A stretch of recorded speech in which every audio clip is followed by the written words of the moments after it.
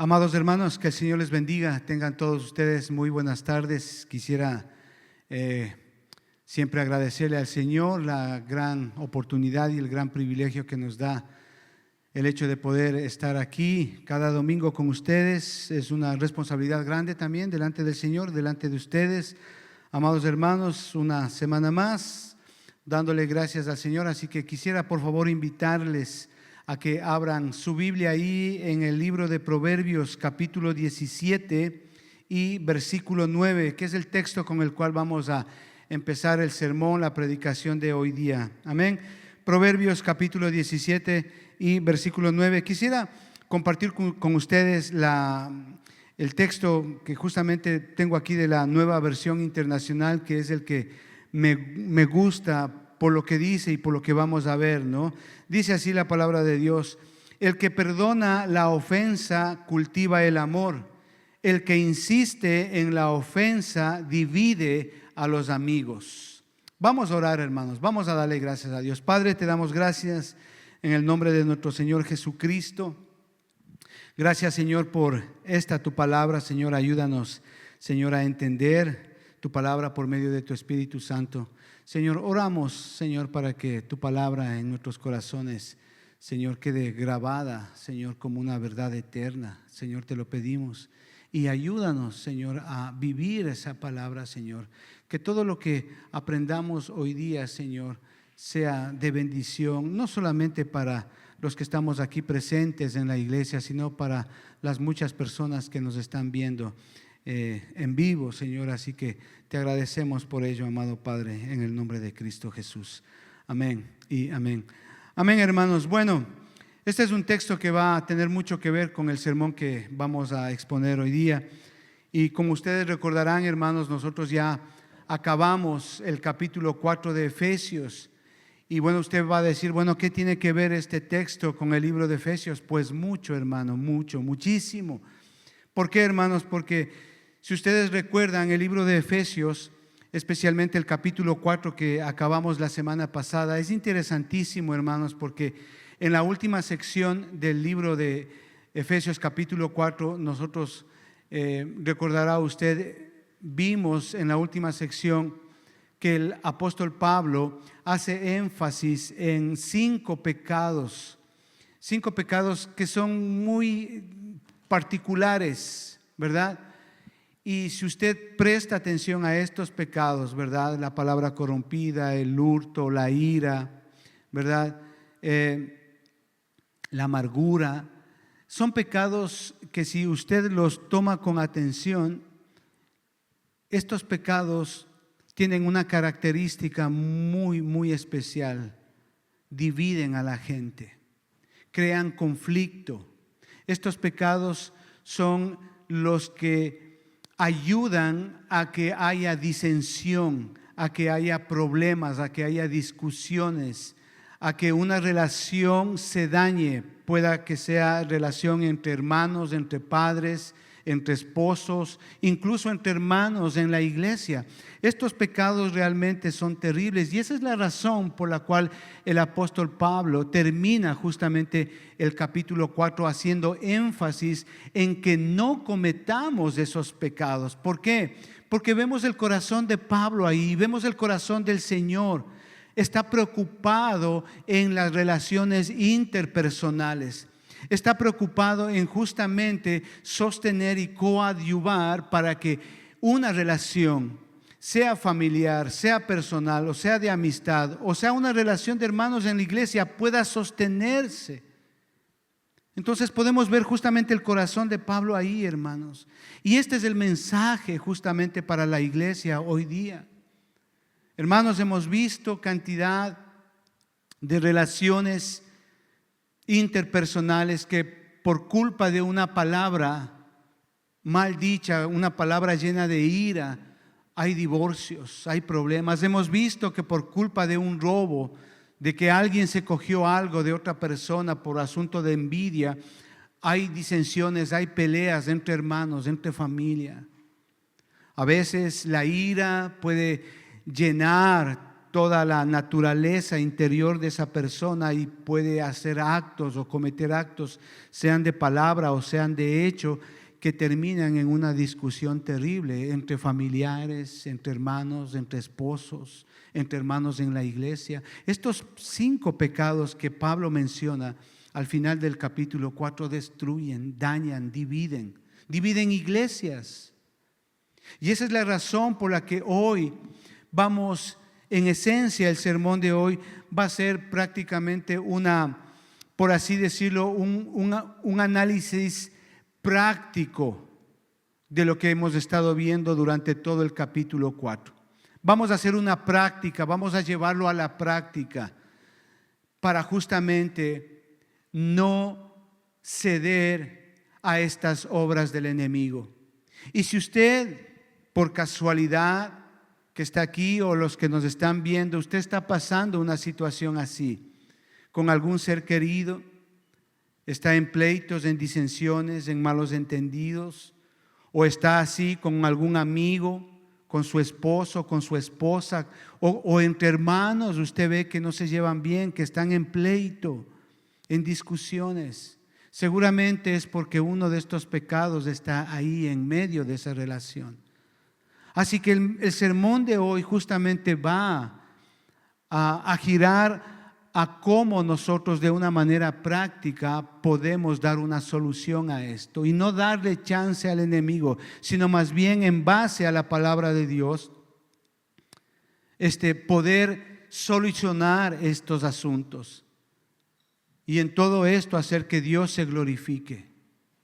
Así que Proverbios capítulo 17 versículo 9 es interesante, dice así: el que perdona la ofensa cultiva el amor. El que insiste en la ofensa divide a los amigos. Usted sabe, el libro de Proverbios se llama también libro de sabiduría. Es ahí donde encontramos dichos sabios que el Señor ha guardado justamente para nosotros y poder vivirlo. Les digo esto, amados hermanos, porque las relaciones interpersonales son complicadas. ¿Por qué? Porque no todos pensamos de la misma manera. No todos vemos desde el mismo punto de vista. No todos sentimos lo mismo. Ayer justamente estaba hablando con un hermano por la tarde y le decía justamente eso. Le decía: mira, cada persona es como una esponja.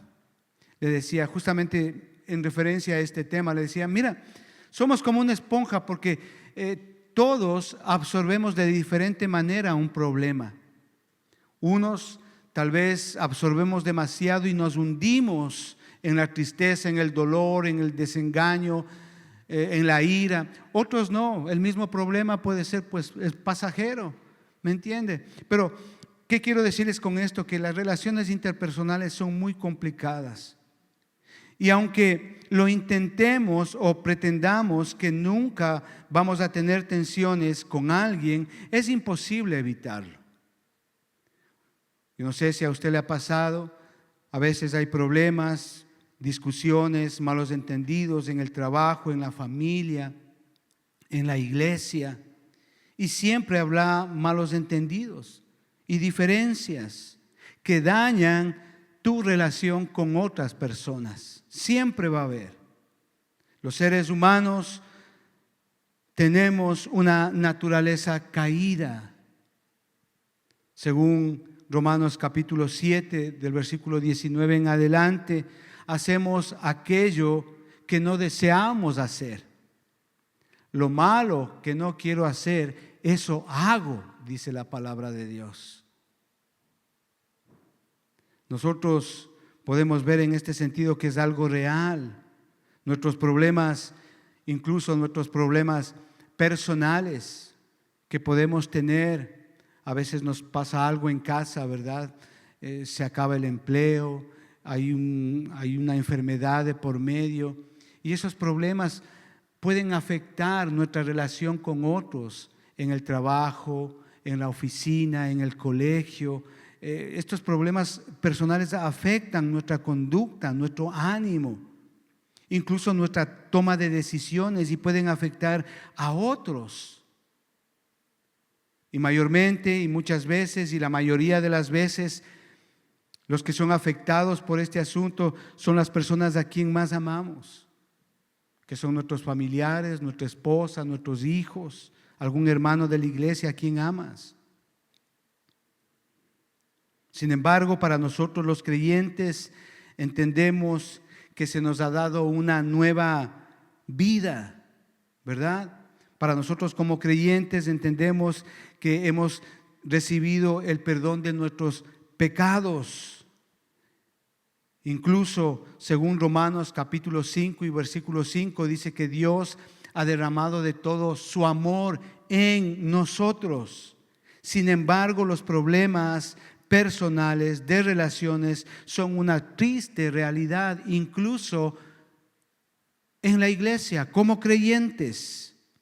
El punto aquí es que nosotros debemos de aprender a gestionar desde un punto de vista bíblico estos problemas. No somos como el mundo. Así que, hermanos, aquí pues vale la pena hacernos una pregunta: ¿por qué hay problemas? ¿Por qué hay problemas? ¿Qué quiero decirles con esto, hermanos? Ser parte de una familia cristiana o pertenecer a una iglesia cristiana no garantiza la ausencia de problemas interpersonales, de relaciones. Recuerda, amado hermano, recuerde por favor que usted y yo aún seguimos pecando. Somos personas falibles, imperfectos, que podemos fallar. Muchas veces prometemos y nos comprometemos a no hacer daño a la gente, a ser fieles. Aún así, hermano, no llegamos a cumplir con las promesas e incluso podemos llegar a lastimar a las personas a quien más amamos. Y déjeme decirle, este asunto de las promesas o comprometernos a no hacer daño a alguien es difícil de cumplir. No es un objetivo fácil de cumplir por justamente el pecado remanente de la naturaleza caída que aún llevamos en nosotros. Caemos muchas veces en el egoísmo de pensar solo en nosotros, en mi dolor, en lo que a mí me dijo, en lo que yo siento. Caemos solamente en ese asunto de quedarnos ahí y no de buscar o gestionar ese problema desde un punto de vista bíblico. Para ello, amados hermanos, es importante entender que ya en este punto nuestras relaciones no se definen, hermano. Entienda bien esto, lo que yo le voy a decir. Las relaciones no se definen porque tengamos los mismos gustos, los mismos hábitos, la misma forma de pensar, o incluso porque de pronto estamos pasando la misma etapa de la vida. No, hermano. Nuestra amistad, nuestra relación no se construye sobre estas afinidades, se construye sobre la base del amor a Cristo. Nuestras relaciones interpersonales, relacionales, se construyen sobre la base del amor a Cristo, en Cristo, con su esposa, con sus hijos, con sus vecinos, con sus amigos, compañeros de trabajo, con sus estudiantes. Estaba hablando con un hermano la semana anterior justamente de este punto. Es un hermano que juega fútbol en la Premier League y estaba con la esposa, él aquí, y estaban en su auto. Y yo me acerqué, bueno, él abrió la ventana para saludarme, yo me acerqué, le saludé. Y estaban ahí los dos y le dije al esposo, le dije a él, mira, le digo, ¿te puedo dar un secreto? Le digo, para que siempre estés con tu esposa. Y la esposa estaba al lado escuchando. Y le dije, mira, el secreto para que tú siempre estés bien con tu esposa es que tienes que amar más a Cristo que a ella. Y la esposa dijo, sí, así es. Y le dije, igual para ti, ¿quieres estar bien con tu esposo? A pesar de cualquier circunstancia que venga o que se presente en la vida, tienes que amar más a Cristo que a Él. Ese es el punto, hermanos. Nuestras relaciones no se fundamentan por afinidad.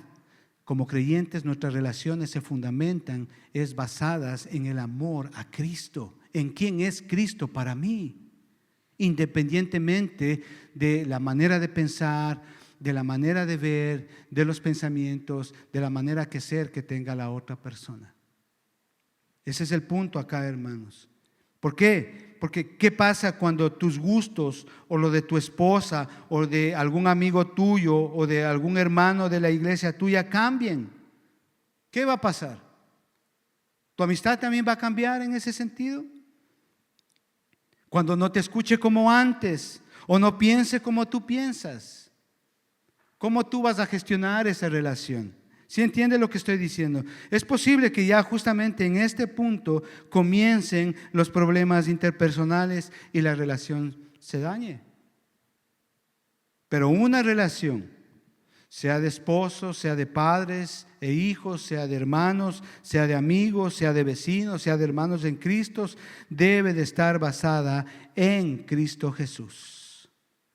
Según Mateo capítulo 16 y versículo 33, Juan 16, 33 dice que en la vida vamos a tener aflicciones.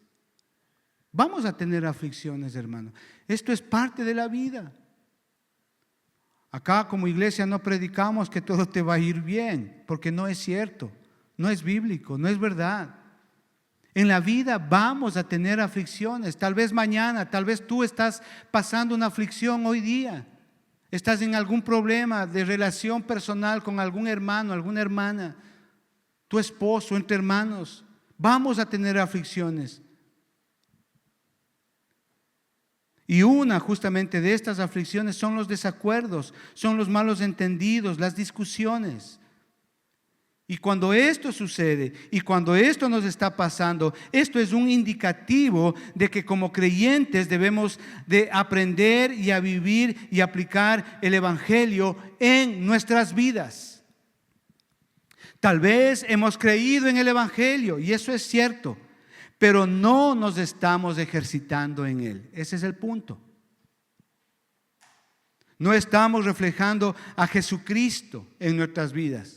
En esa discusión, en ese desacuerdo. Hebreos capítulo 12 y versículo 2, según la versión Dios habla hoy, dice así: fijemos nuestra mirada en Jesús, pues de Él procede nuestra fe, y Él es quien la perfecciona.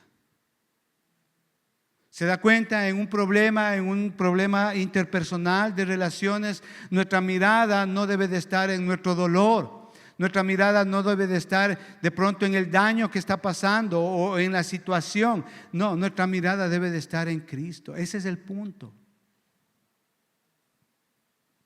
Ahora, dicho todo esto, amados hermanos, a manera de introducción, vamos a ver 3 puntos hoy día de cómo el Evangelio nos ayuda justamente a que estos problemas interpersonales, a que estos problemas de relación, nosotros podamos gestionarlo desde un punto de vista bíblico. Es decir, cuando ha habido ira, cuando la ira ha tomado control de una relación, cuando el robo ha tomado control de una relación, cuando una palabra deshonesta o corrompida ha tomado control de una situación, cuando la amargura ha tomado control de una situación y está dañando una relación, pueda que sea entre hermanos, entre padres, familiares, amigos o incluso hermanos en Cristo. Entonces hoy vamos a ver justamente 3 puntos, hermanos, de cómo el Evangelio es la mejor cura, de cómo podemos gestionar un problema así, pero bíblicamente. Así que como creyentes debemos de hacerlo así, bíblicamente. No estamos en el mundo. En el mundo, si hay un problema, si hay una situación, una desaveniencia, una discusión, un malentendido en el mundo, pues tú coges tu lado y la otra persona su lado. Y ahí está. Y está el tiempo y la distancia de por medio. No hay solución al problema. Dejas botando todo lo que el Señor de pronto te ha dado. Y eso sucede incluso en las iglesias y es muy triste porque no valoramos en ese sentido lo que Dios ha hecho en tu vida. Prevalece el dolor, prevalece la angustia, prevalece el daño, prevalece el yo por sobre todas las cosas, pero no le damos realmente una gestión bíblica a esto. Y eso es lo que vamos a aprender ahora.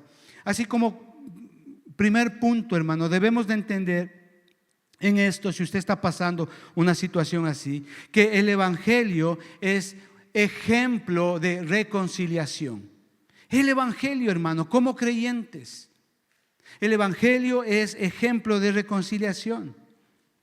Entendemos que el propósito del Evangelio es restaurar nuestra posición y nuestra relación con Dios, ¿verdad? Eso entendemos, eso sabemos. Romanos capítulo 5 y versículo 1 dice eso. Y que gracias a Jesucristo tenemos paz y reconciliación con el Padre. Efesios capítulo 2, versículos 14 al 16. Porque Él es nuestra paz, que de ambos pueblos hizo uno, derribando la pared intermedia de separación de ambos pueblos, judíos y gentiles, ¿sí? Derribando la pared de separación, aboliendo en su carne la enemistad de la ley, de los mandamientos expresados en ordenanzas, para crear en sí mismo de los dos un solo y nuevo hombre, haciendo la paz, y mediante la cruz reconciliar con Dios a ambos en un solo cuerpo. Impresionante. ¿Se da cuenta? Por medio de Jesucristo nosotros tenemos reconciliación y una nueva posición delante del Padre.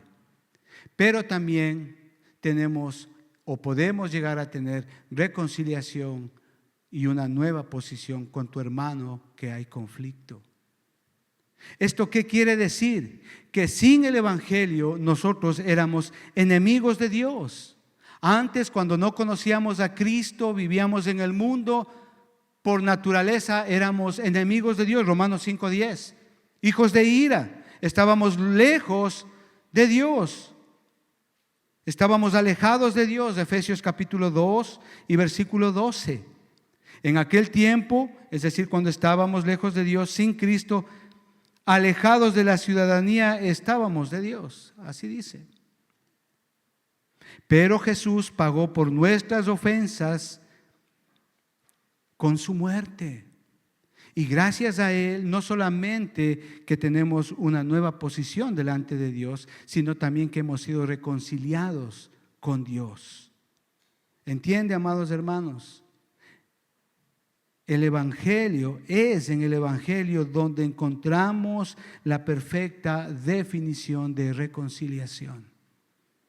Es decir, que si usted está, amado hermano, en un problema, en una desilusión, en un desacuerdo, en un malentendido con alguien que usted ama, vaya al Evangelio y entiende esta verdad. Entonces, amados hermanos, usted no va a poder decir que estamos reconciliados con Dios, pero no con tu esposa, por ejemplo, o no con algún hermano o un ser querido, o algún hermano en la fe. Si hemos sido reconciliados con el Padre gracias a Jesucristo y su perfecto sacrificio, ¿cómo podemos justificar nuestros enojos con otros hijos de Dios? No hay justificación. La reconciliación con el Padre, amados hermanos, es el fundamento para la reconciliación con los hermanos en la fe. Esa es la base de nuestra reconciliación. ¿Qué quiere decir reconciliación? Volver nuevamente a la antigua posición, a una nueva posición, y a una nueva relación. En el caso de nosotros, con referencia a Dios, tenemos una nueva posición y una nueva reconciliación. Ahora tenemos acceso al Padre. Ahora el Señor, en virtud de Jesucristo, nos ha perdonado sus pecados. Podemos estar delante de Él. En el caso de algún hermano en la fe, es lo mismo. Es por el Señor Jesucristo que podemos reconciliarnos con Él y restaurar esa nueva relación y esa nueva posición. O sea, la base de toda reconciliación es justamente la reconciliación que tenemos con el Padre por medio de Jesucristo. El Evangelio no solo reparó nuestra relación con el Padre, sino también con otras personas. Efesios capítulo 2, versículos 14 y 15, que ya lo leímos.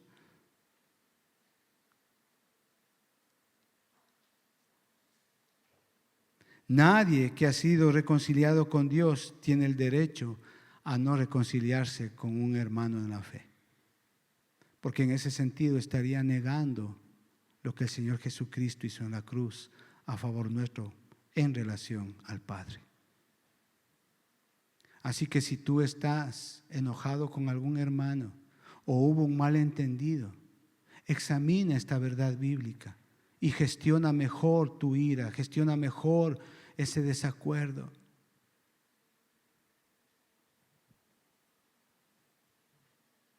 Así que si usted es creyente y de pronto el día de mañana pueda que tenga un disgusto con alguien, un desacuerdo con algún hermano, examine esta verdad.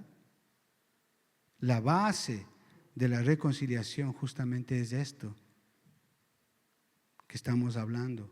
Es decir, el Evangelio es el mejor ejemplo de reconciliación que tenemos. Pero no solamente eso, hermanos. Como segundo punto, el Evangelio es el ejemplo de perdón. Es el mejor ejemplo de perdón. ¿Usted se ha dado cuenta? ¿Ha examinado la palabra de Dios? La vía por la cual obtenemos la reconciliación con el Padre es el perdón otorgado en Jesucristo, porque Jesús pagó por nuestros pecados y en ese sentido el Señor nos perdona. No hay nada más hermoso en el Evangelio que entender esta gran verdad, el perdón que recibimos de parte de Dios.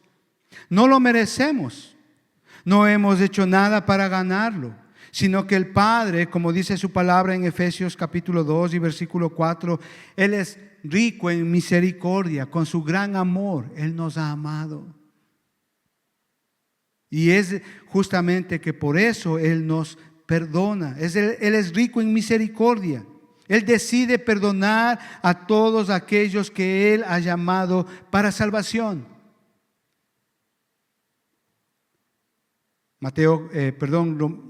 Romanos capítulo 8, versículo 30.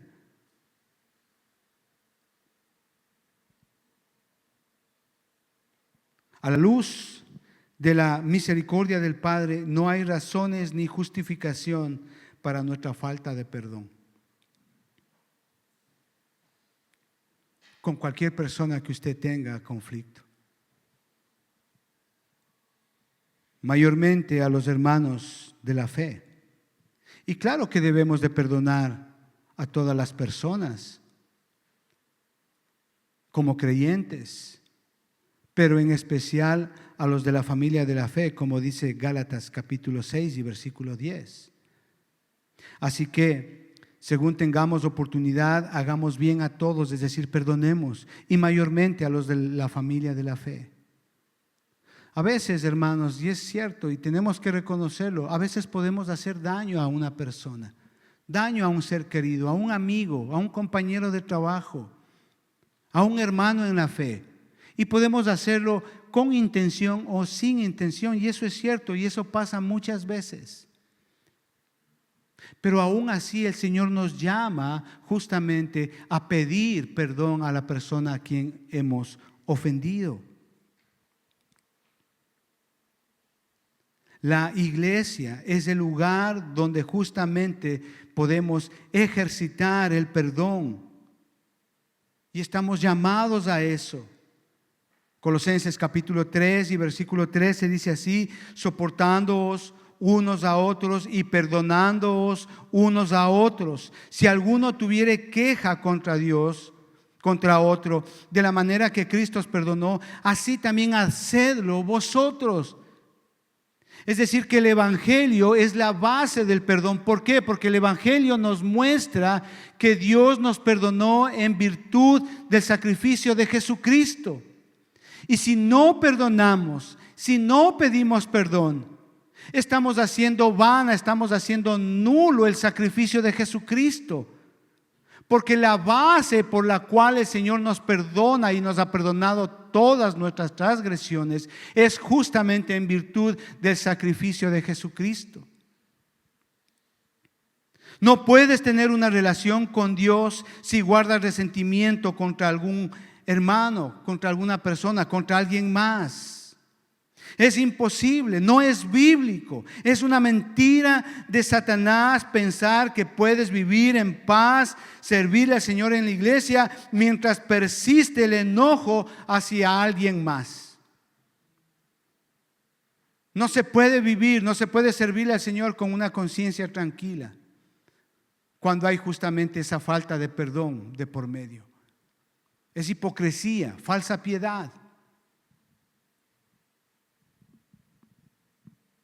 ¿Por qué? Porque en Primera de Juan, capítulo 4 y versículo 20, dice así: si alguno dice, yo amo a Dios, y aborrece a su hermano, es mentiroso. ¿Por qué? Pues el que no ama a su hermano a quien ha visto, ¿cómo puede amar a Dios a quien no ha visto? ¿Se da cuenta? Ese es el punto, hermanos.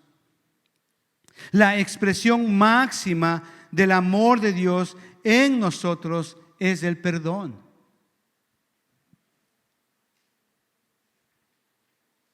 Usted no puede decir, bueno, yo sí soy perdonado, entiendo que el Señor me perdonó de todos mis pecados, pero resulta que a la hermanita, al hermano no le puede perdonar. Eso no existe, eso no es bíblico. El Señor nos manda a buscar el perdón. El Señor nos manda, como leímos en Colosenses 3:13, a buscar el perdón, a soportarnos los unos a los otros.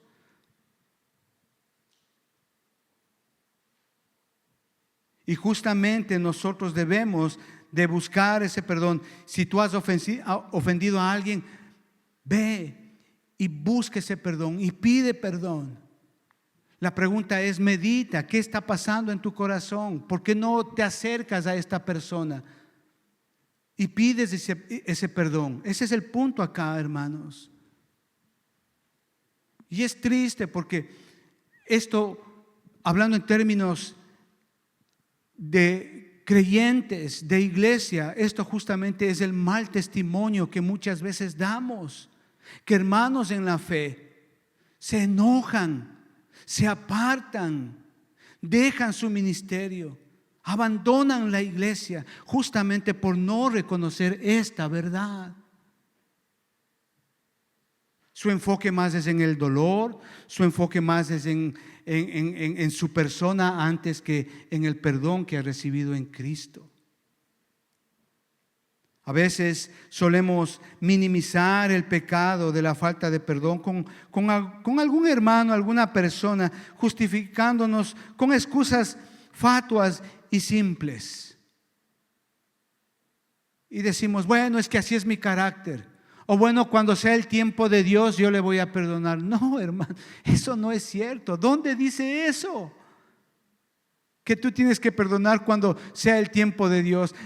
Vimos hace 2 o 3 semanas que el sol no se ponga sobre tu enojo, es ya. El perdón no tiene nada que ver con las circunstancias, el perdón no tiene nada que ver con las emociones, el perdón no tiene nada que ver con los sentimientos, el perdón es una decisión. Dios decidió perdonarnos por su puro amor. Aunque andábamos muertos en delitos y pecados, el Señor nos otorgó de su amor y nos perdonó.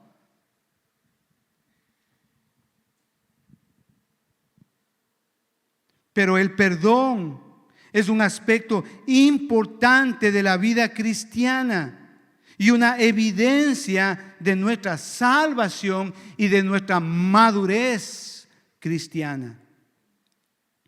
Mateo capítulo 6 y versículo 14 dice así: porque si perdonáis a los hombres sus ofensas, os perdonará también a vosotros vuestro Padre Celestial. Este es un principio fundamental para la vida del creyente, hermanos. O sea, usted como creyente no tiene salida, no hay escape. Usted tiene que perdonar o perdonar. Porque si usted no perdona, Dios no le va a perdonar. Eso es lo que está diciendo.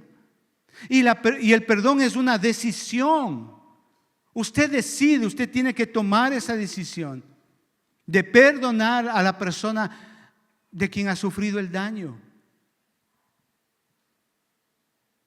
Espero que esté entendiendo, hermano, lo relevante que justamente es esto, hermano, para la vida como creyentes y la vida como iglesia.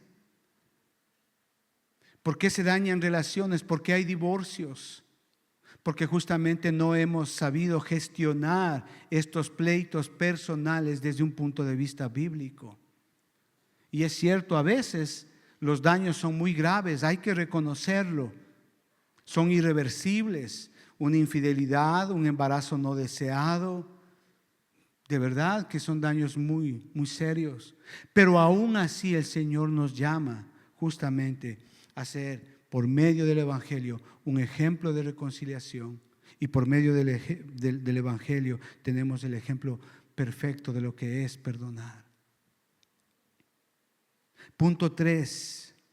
El Evangelio es ejemplo de amor. ¿Se da cuenta? No solamente en el Evangelio tenemos el ejemplo perfecto de reconciliación, no solamente en el Evangelio tenemos el ejemplo perfecto de perdón, sino que también el Evangelio es el mejor ejemplo de amor, como tercer punto.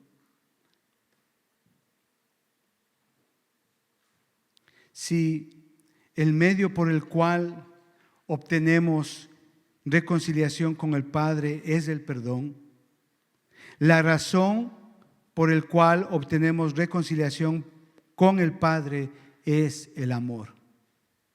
¿Sí entiende?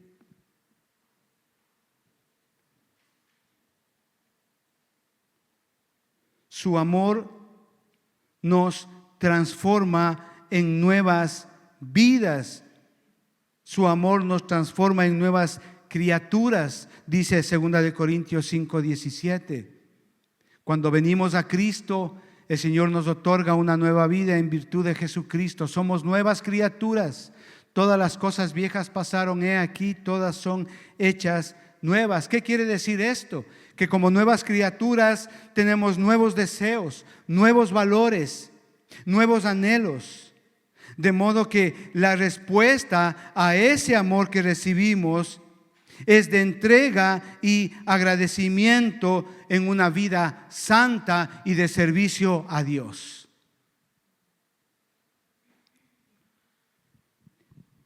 Yo le invito a meditar en esto que acabamos de decir, hermanos. Realmente es muy serio.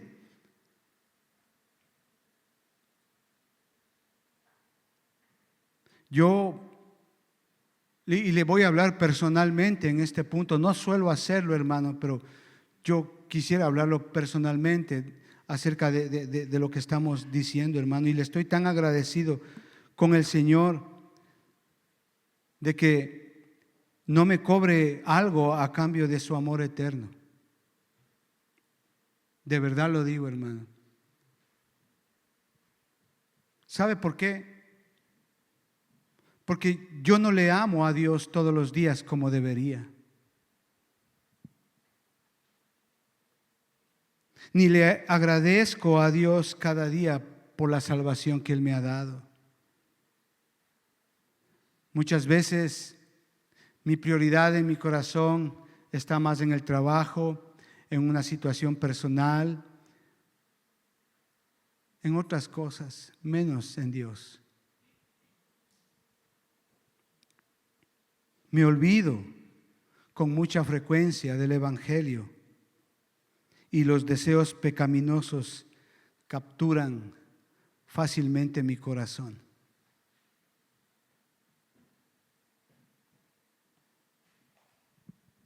No obstante, Dios me ama y me perdona aún con mis debilidades.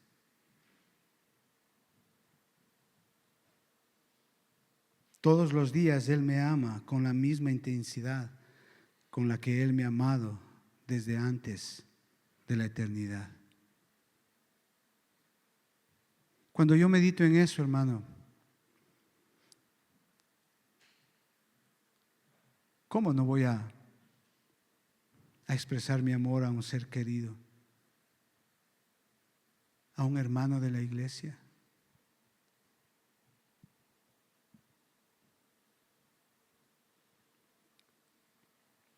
Los cristianos estamos llamados a reflejar ese amor. Estamos llamados a reflejar ese amor. Pero entendamos, amados hermanos, que el amor es un atributo divino, por lo tanto es muy difícil para nosotros expresar ese amor. Es muy difícil imitar ese amor por nosotros, debido justamente a nuestra vieja naturaleza caída. Solemos amar solo cuando nos sentimos amados. Solemos amar solamente cuando recibimos algo a cambio. Así de hipócrita y de interesado muchas veces es nuestro amor. Cuando no recibimos lo que queremos o lo que esperamos, nos enojamos y dejamos de amar. Querido hermano, querida hermana, ese amor no es verdadero. Ese amor es manipulación que demanda y exige que los demás me sirvan. Ese amor no es bíblico. Él me hizo esto, entonces me voy de aquí. Me hiciste tú esto, me separo, me divorcio. Me hablaste de tal manera, te cogiste esto mío, ya no te vuelvo a dirigir más la palabra. Eso es lo que estoy diciendo, hermanos. ¿Ama usted así?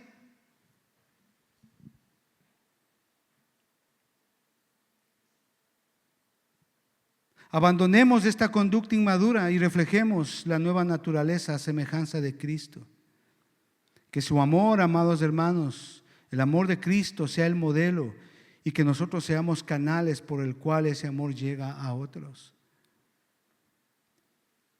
Es difícil amar a alguien que te ha hecho daño. Es difícil amar a alguien que te ha traicionado. Mi esposa y yo lo sabemos muy bien. En este asunto del ministerio hemos recibido traiciones.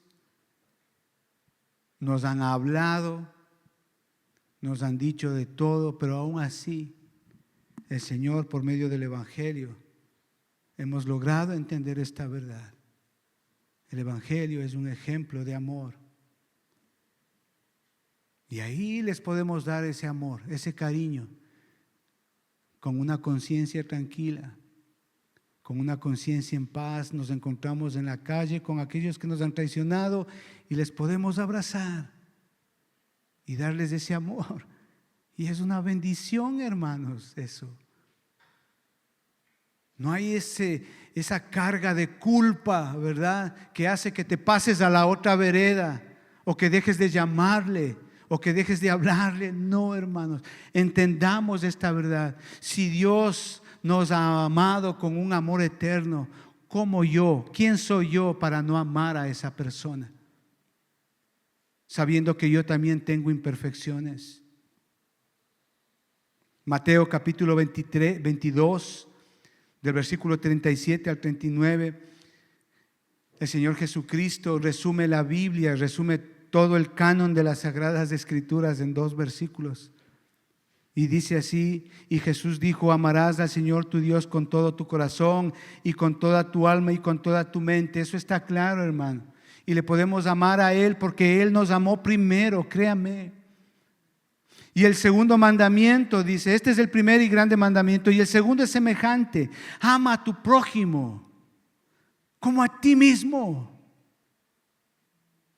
Hermanos, estamos llamados a amar a nuestro prójimo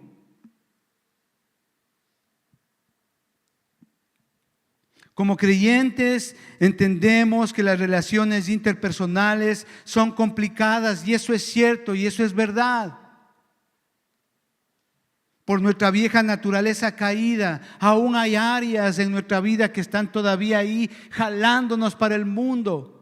Para unos es la envidia, para otros es el amor al dinero, para otros será la mentira, para otros será la música, el orgullo, muchas cosas, hermano.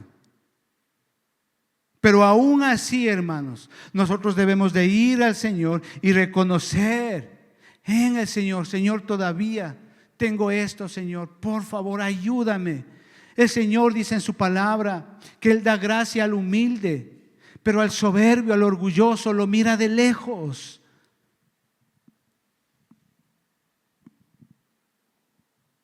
La obra de Jesucristo nos transforma para imitar justamente lo que Él hizo aquí. Cuando a Él le escupían, cuando a Él le vituperaban, le jalaban la barba, le azotaban, sus clavos penetraban sus lindos y hermosos pies y manos, y aún así el Señor decía: perdónales, porque no saben lo que hacen. Intercediendo el Señor Jesucristo por aquellas personas necias y duras de corazón. Amado hermano, bíblicamente usted y yo no tenemos derecho, opción a estar con relaciones rotas, a estar con desacuerdos con algún hermano, en pleitos, en peleas con algún hermano. No, usted y yo no tenemos opción para eso. El Evangelio es el mejor ejemplo de reconciliación, de perdón y de amor. Es ahí, hermanos, donde usted y yo podemos gestionar bíblicamente un desacuerdo, una discusión, una pelea con un hermano, un ser querido, un hermano de la iglesia. Es ahí. Nosotros no podemos coger y decir: bueno, me voy, no te hablo más. No, hermanos, de ninguna manera. No se haga así, de esa manera, por favor. El Evangelio es la mejor ayuda para resolver los problemas de relaciones personales, hermano. Y eso es lo que Pablo está apuntando ahí al final del capítulo 4. Cuidado con esos pecados, porque esos pecados dañan familias, esos pecados dañan relaciones, dañan amistades. No lo hagan, mediten en el Evangelio. Eso es lo que está diciendo. Y examinen los 3 primeros capítulos, está diciendo. Examinen, porque ahí encontramos la reconciliación, el perdón y el amor. Vivan así, eso está diciendo el apóstol Pablo. Padre, te damos gracias en el nombre de nuestro Señor Jesucristo. Gracias, amado Padre, por esta tu palabra, Señor. Oh Señor, cuántas veces hemos sido causa para pleito, para discusión. Cuántas veces, Señor, nos han hecho daño. ¿Cuántas veces he estado en desacuerdo, en pleitos, en discusiones, en peleas con seres a quien amamos? Oh Señor, venimos delante de ti, Señor, a pedirte que nos perdones, Señor, y que nos ayudes a perdonar. Que nos des la valentía moral para acercarnos donde aquella persona y buscar la reconciliación y perdonarles si hay que perdonarles, o pedir perdón si es que tenemos que pedir perdón. Y sobre todo, Señor, mostrarles ese gran amor que tú has derramado en nosotros.